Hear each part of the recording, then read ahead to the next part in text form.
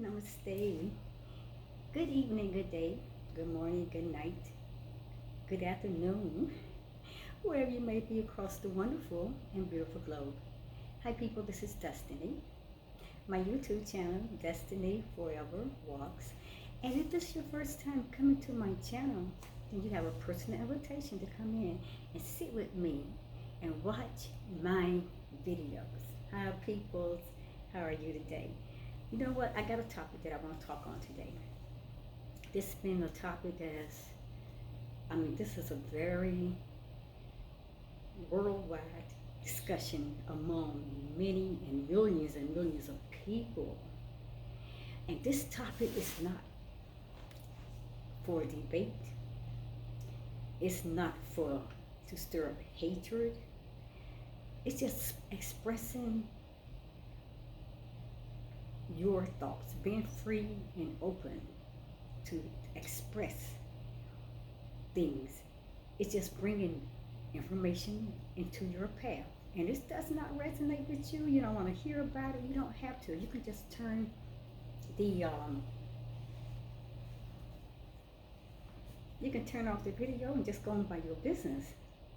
But the Bible tells us that that wisdom is the principal thing.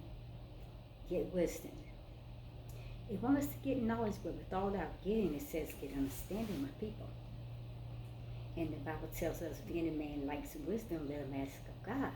But like I said, there's so much that we don't even know about. We just go along with information that's been passed down to us from generation to generation to generation.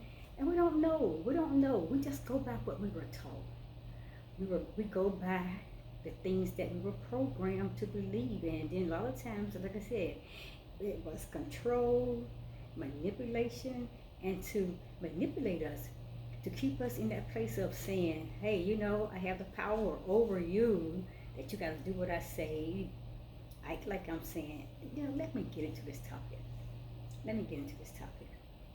This is not a topic of debate, my people.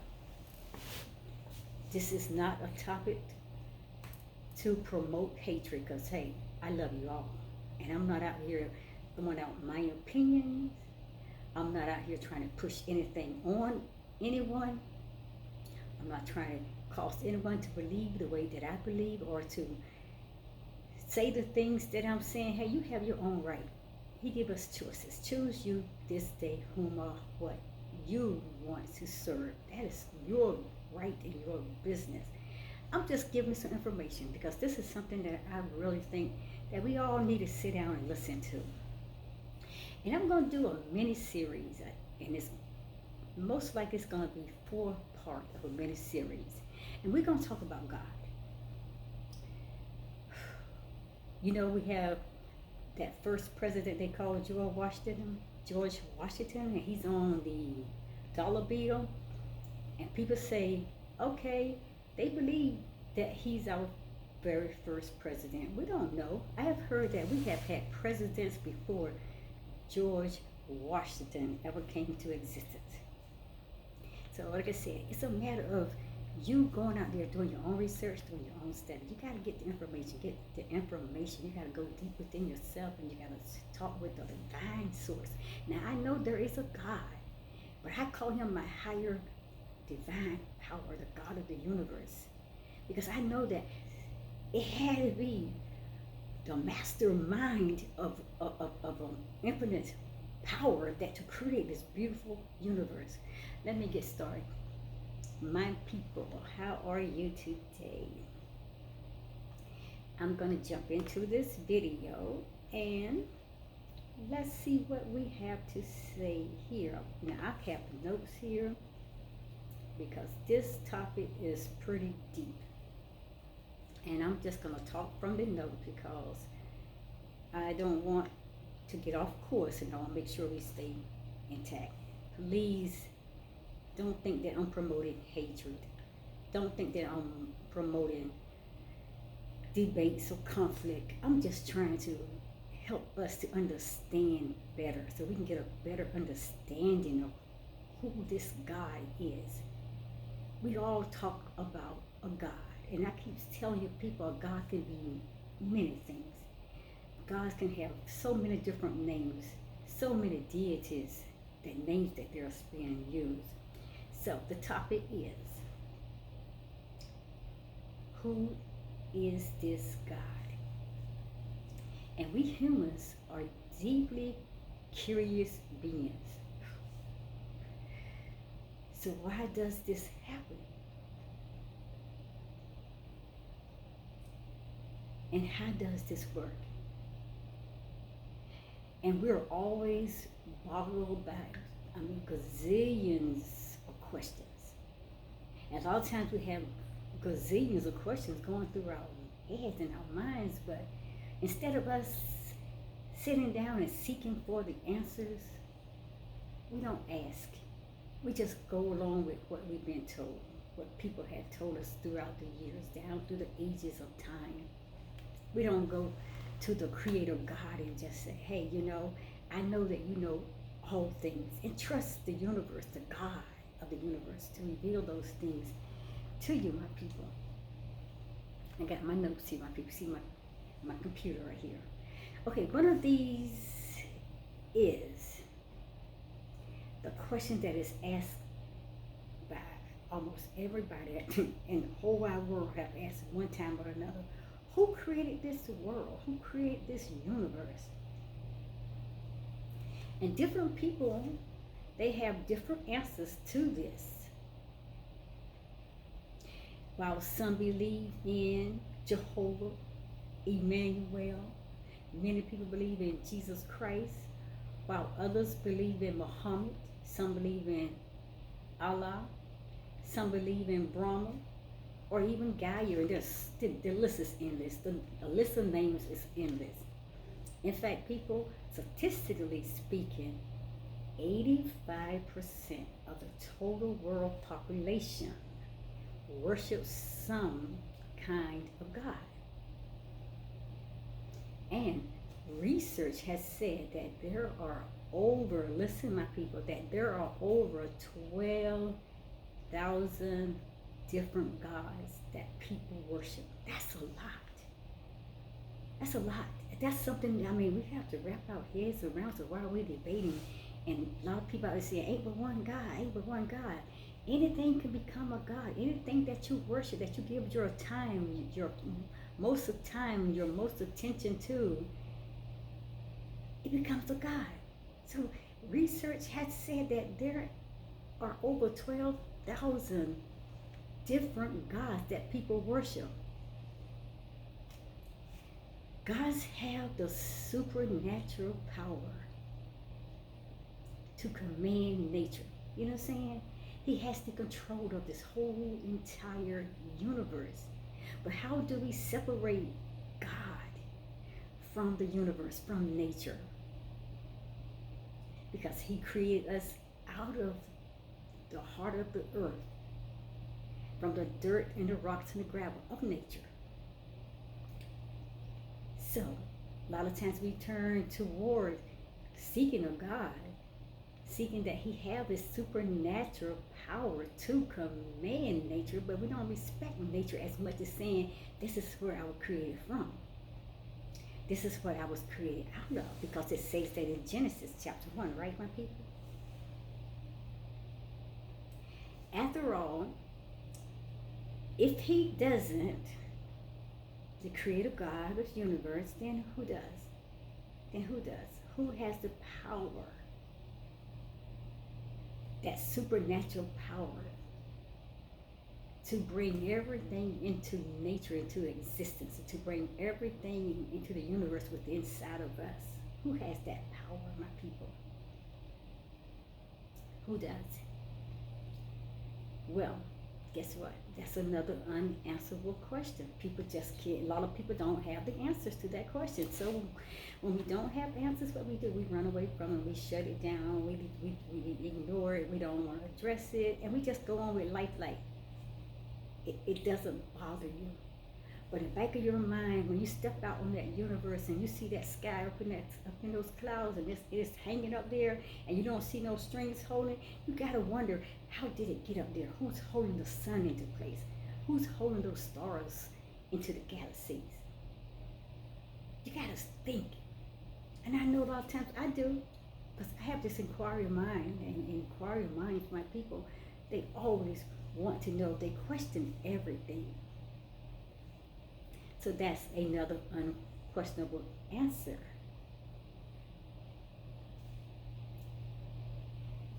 It has been said that there are, like I said before, in the world, to over 12,000 gods and goddesses that people have worshipped from around like 7,000 years ago up to this present day. That's a lot of gods, different gods. So how can we say this one is right or that one is right? He's inside of you.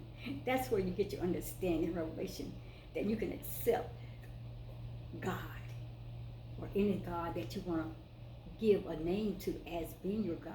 It's got to go inside people. Got to go inside.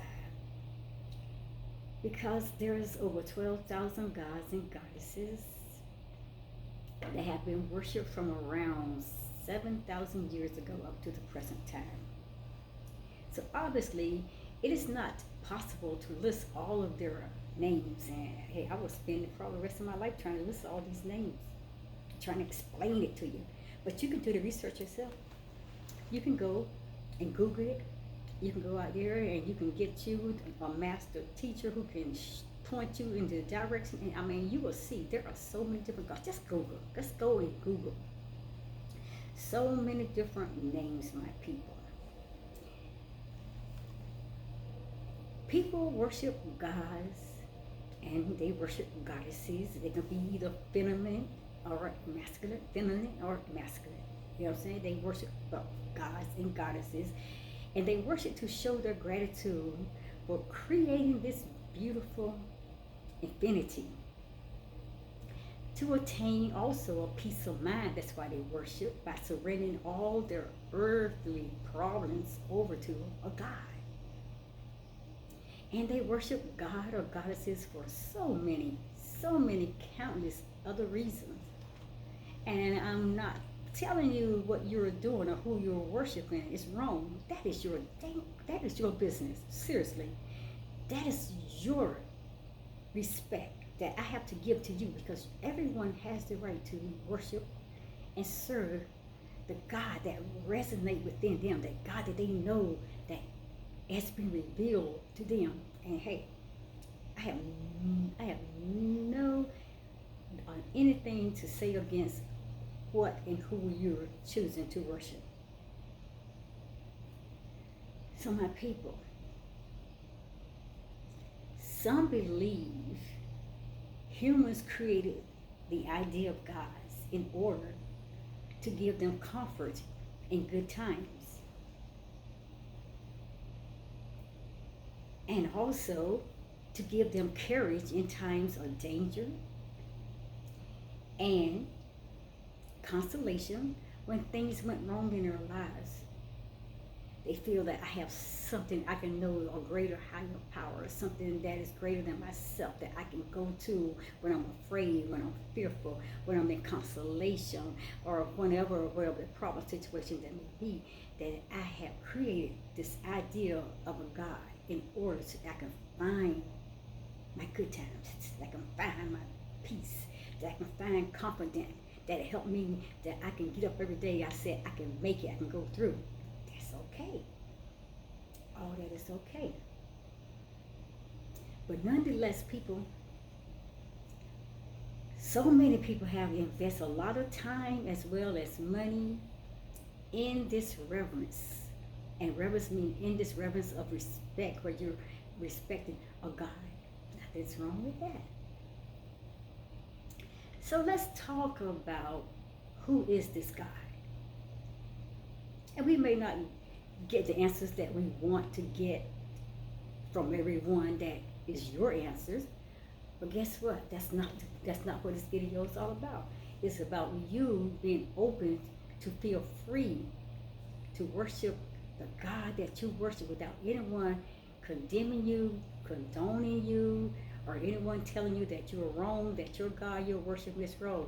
No, don't let nobody tell you that, because you know, like I said, within you, who and what you desire to worship. That is who the creator of the universe has revealed, has placed within you. And like I said, we're on a path and a journey to find out greater and higher self, my people. And like I said, we may go down a whole lot of different roads, a whole lot of different paths.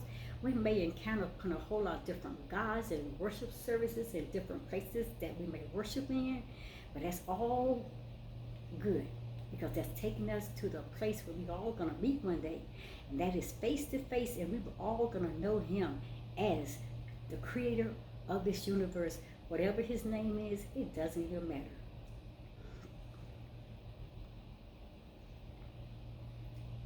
It doesn't even matter, my people. People worship gods and goddesses to show their gratitude for creating this, like I said, this beautiful infinity, to attain a peace of mind by surrendering all the earthly problems. So nonetheless, like I said, people invest a lot of time as well as money into the reverence of their God. So we're going to talk about who is this God. And I'm going to do a mini series on these 4 topics. And the first one we're going to look at today, I'm going to talk on the existence of God. Mini series 2 is going to be talking about the nature of God. And then the mini series 3 is going to talk about the attributes of God. And then I'll conclude with mini series, the greatness of God. But today, let's dive deep into this. So we're going to talk about the existence of God. Every person, both young and old, of every race and color, naturally people believes in a God or in a supreme being of some kind. If he is endowed with a normal mind, that's another question that we may be asking. If he is endowed, the God that you're choosing to worship, with a normal mind. Good morning, Vicki. So, that's my daughter just stepped out. Well, I just want to say good morning to her. So, my people, we find a longing for God in our hearts all over the world. Let me tell you why am I saying this, because we all have reasons why we worship Him, or why we are calling our God, or why we are doing what we're doing, because all over the world people have their different ways of worshiping, their different beliefs of how they are practicing their worship. When the man in Africa worshiped the sun, guess what? He is expressing this longing for God. When the mother in India, she throws her baby into the sacred river, guess what? She's expressing her longing to please a higher being. Now, I know y'all read about the New Testament, and we talk about Paul, when he went to answers in Greek. Well, the Greeks, they worshiped the unknown God. When he went into that city, he said he saw statues just like, wow, all kinds of God. But there was one particular statue that they had addressed as the unknown God. And the Greeks in Antioch, they worshiped the unknown God in Paul's day. And this was simply an expression of the longing for God in their heart. That was their way of worshiping their God. Then Plutarch said that in his day, one might travel the world over and they still would not be able to find a city without temples, or sanctuary, churches, or gods. Yes, I'm care wherever you go, there is going to be some form of worship of God. And that's what Plutarch says. I'm going to repeat what he said again. Plutarch says that in his day, one might travel the world over and still would not be able to find a city without temples and without gods. So it is true that the atheists say there is no God, and the agnostic says he can't tell whether there's a God or not, and the materialists say he can get along without God. But it is actually questionable whether there are any atheists. But there are many men who say there is no God. There are men and women. There are many that say there is no God. But it's one thing to talk about disbelief in God and to argue about it. See, that's a place we gotta get away from. People can have their opinions. They can vocal whatever they believe in. They can express what they believe in. But we can leave the debating and the arguments out of it. So, as I said, people, there are many men as well as women who say that there is no God. But it's one thing to talk about disbelief in God and to argue about it and to boast about it. But it's another thing to not really believe in God. Then Hummel, who is so famous as skeptical, is reported to have said to Adam Ferguson as they looked up into the starry skies, and he said, Adam, there is a God. And then there was Bartard, the atheist. At one time, he prayed to God during a thunderstorm. So I'm just showing you some different ways. Even they say they're atheists, they still have some belief that there is a God.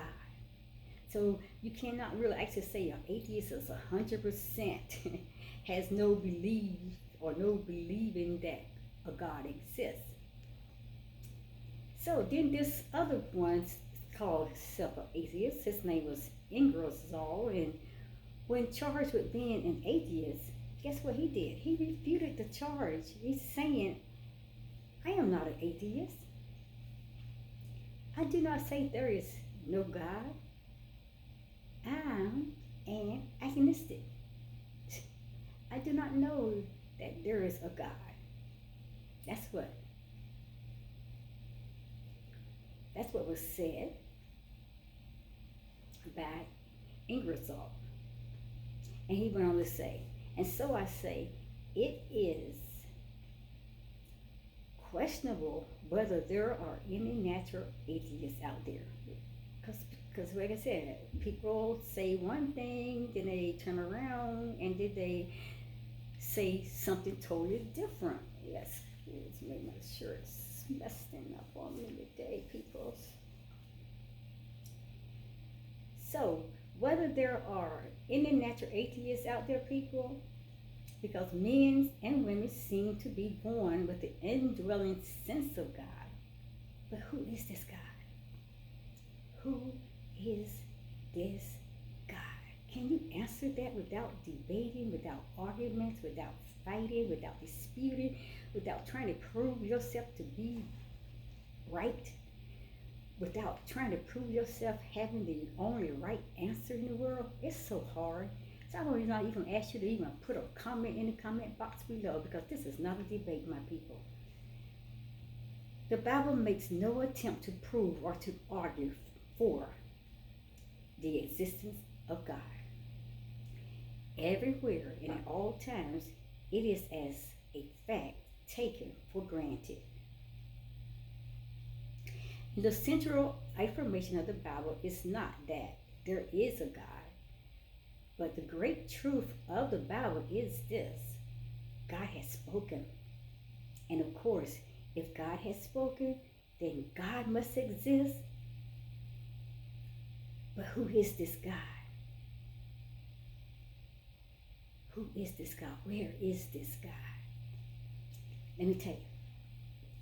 Moses in the Old Testament, I think it's Exodus chapter 5, he calls him the great I am, the self-existent one. Then over in the New Testament, John says in John chapter 5, verse 26, that God is the source of all life. And you know, guys, most Bible scholars and readers simply accept God without any proof. But who is this God? Because many times dangers and temptations come our way, and our faith is often put to test. And the ups and the downs of life, it taunts us, people.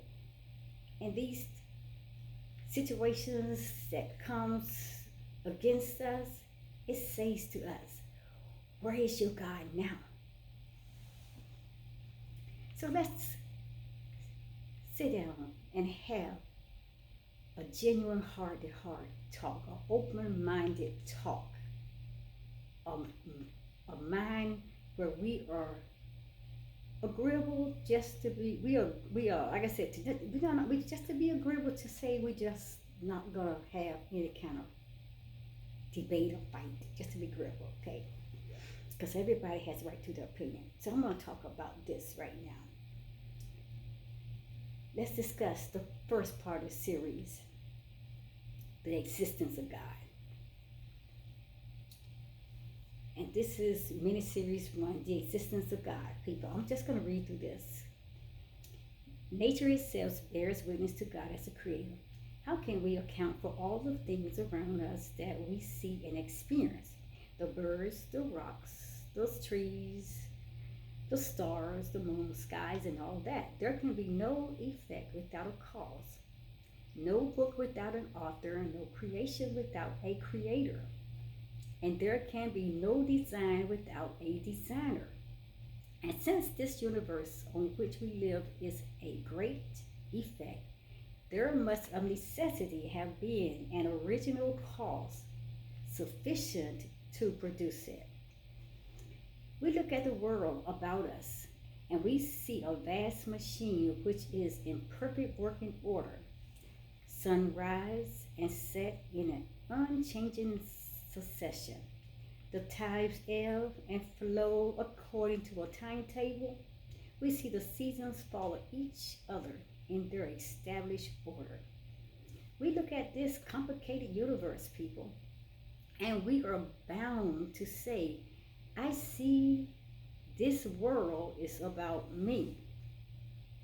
Somewhere there must be a world maker.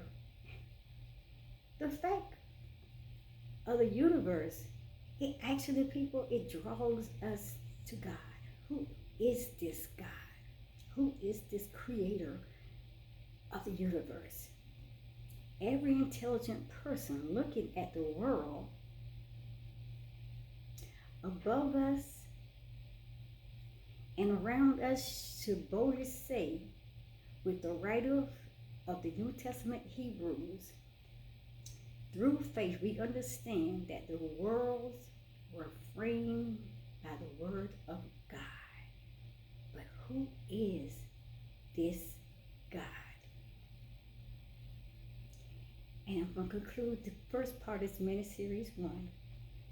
We have discussed an evidence for the existence of God outside of the Bible, but we can never really know God through observing the stars and the rocks and the flowers. From these, we know that God is all wise, my people. We know that He is all powerful. We know that He is all love. He's all caring. That He knows everything about us because He predestined our lives before the foundation of the world. We know that He is wonderful. He's magnificent. He's awesome. He's the creator, the divine creator of the universe. For all of these, we know that God is so wise and that He loves beautiful things and that He loves things that are colorful. He has a very colorful imagination. He loves variety. But we can never know His name and who He is just by looking at the stars or looking at the trees or even going outside and grounding. We have to have that divine connection that one-on-one connection with the divine higher power. We just can't know. And like I said, we will never know his name or who he is just by looking at the stars, looking at the moon. We just know that, hey, there is someone greater than I am. There is someone greater than this universe, that greater than all these things, that holds the view into the world of nature. So nature reveals the existence of God.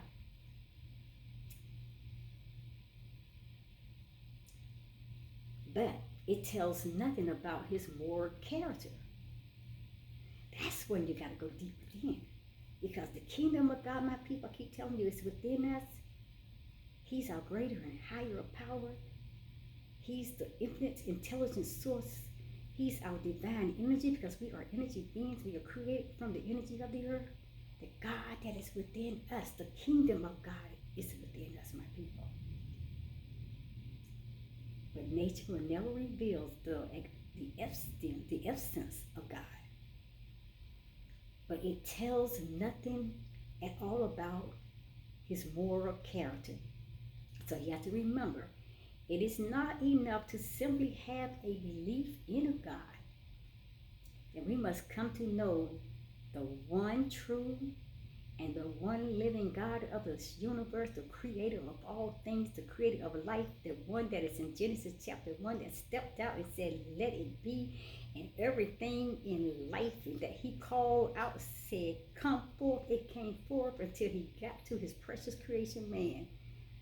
And he breathed the life of breath into man. And he created man in his likeness and his image. When he blew his breath, man became a living soul. God consciousness. He became soul consciousness. So my people, we must come to know the one true and living God. And the one true God, the self-existent one, has put himself in us and has chosen to reveal himself through nature. And that concludes the first part of this mini-series, The Essence of God. I will be back with the part 2 of that, my people. And I will talk about the next mini-series. And I will see you people at the next video. I don't want to hear your comments if you're going to debate or argue on this topic, because it's not out there to do this. Just to open our minds up, to give us some more understanding, to shed light on some things. See you guys at the next video. Namaste, my people. Love you guys.